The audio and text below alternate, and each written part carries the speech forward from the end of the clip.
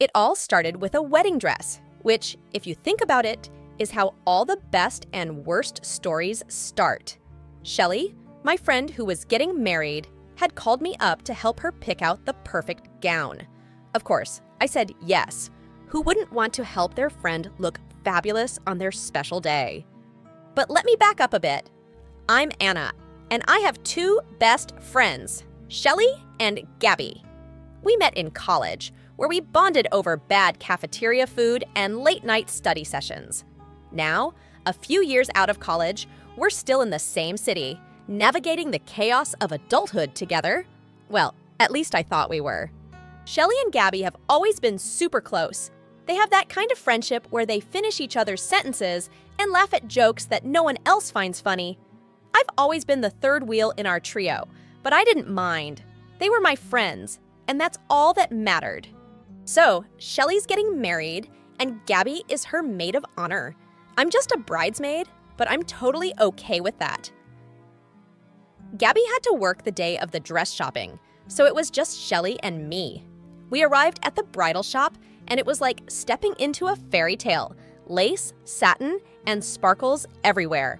Shelly tried on dress after dress, twirling and posing, asking for my opinion on each one. "Anna, can you take some pictures and videos on my phone?" Shelly asked, handing me her phone.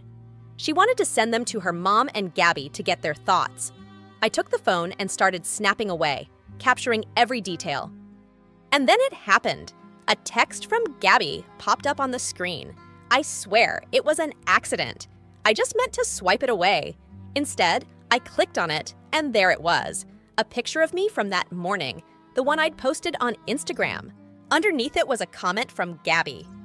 "Look at Anna's outfit. What was she thinking?" My heart sank.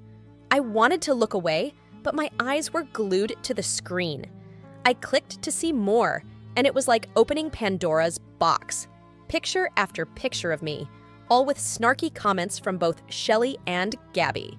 They made fun of my clothes, my hair, the way I talked, even how I ate. I felt like I was back in middle school, being bullied all over again. I could feel my face getting hot and my eyes welling up with tears. This wasn't just a joke. This was mean. This was betrayal. I couldn't stay there. I shoved the phone into Shelly's purse, walked over to an employee, and asked her to tell Shelly I had to leave.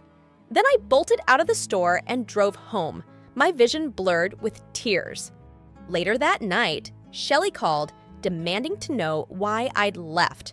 When I told her what I'd seen, she went ballistic.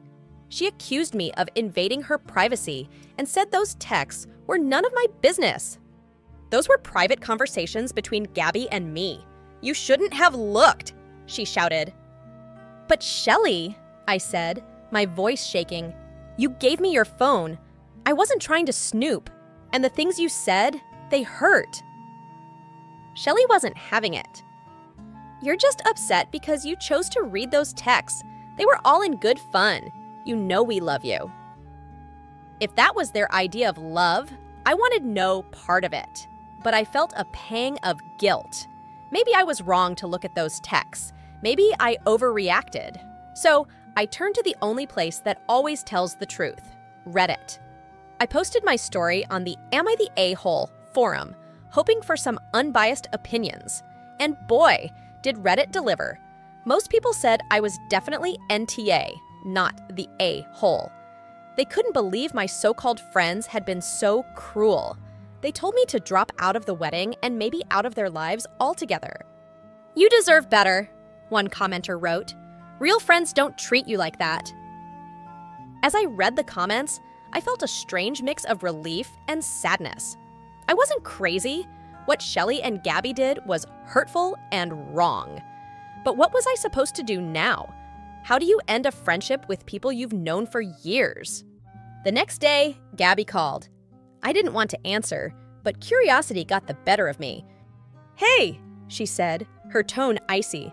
"I heard you talk to Shelly." "Yeah," I said. "I did." "And you think it's okay to go through her phone and then just walk out? That's messed up, Anna."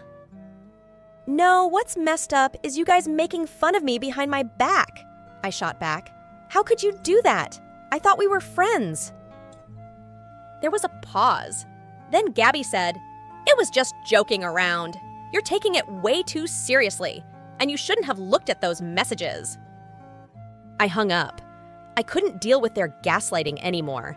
They were trying to make me feel like the bad guy when they were the ones who betrayed me. Over the next few days, I got a lot of support from my boyfriend and my mom. They reminded me that real friends don't tear you down behind your back. They build you up. It was time to let Shelly and Gabby go. So, I did. I called Shelly and told her I was stepping down as a bridesmaid and that I needed some space. She tried to guilt trip me, but I held firm. Then I blocked both her and Gabby on social media and deleted their numbers from my phone. It was hard at first. I missed them, or at least the idea of them, but I started to realize how much lighter I felt without their negativity in my life. I started focusing on the friends who truly cared about me and made me feel good about myself. One evening, about a month later, I was scrolling through Instagram when I saw a picture of Shelly's wedding. She looked beautiful, of course. Gabby was right by her side, grinning ear to ear. For a moment, I felt a pang of sadness, but then I remembered all those horrible texts and how they made me feel, and I knew I'd made the right decision. I never did get a proper apology from either of them, but that's okay. I didn't need it anymore. I realized that sometimes walking away from toxic friendships is the best thing you can do for yourself. It's not about holding grudges or seeking revenge. It's about protecting your own well-being and surrounding yourself with people who truly care about you. So, here I am, a little older and a lot wiser. I've learned that true friends are like diamonds, precious and rare. And the ones who make you feel like anything less than the amazing person you are? Well, they're just cubic zirconia, shiny on the surface, but ultimately fake. And you know what? I'm okay with that, because now I know my worth, and I'll never settle for less again.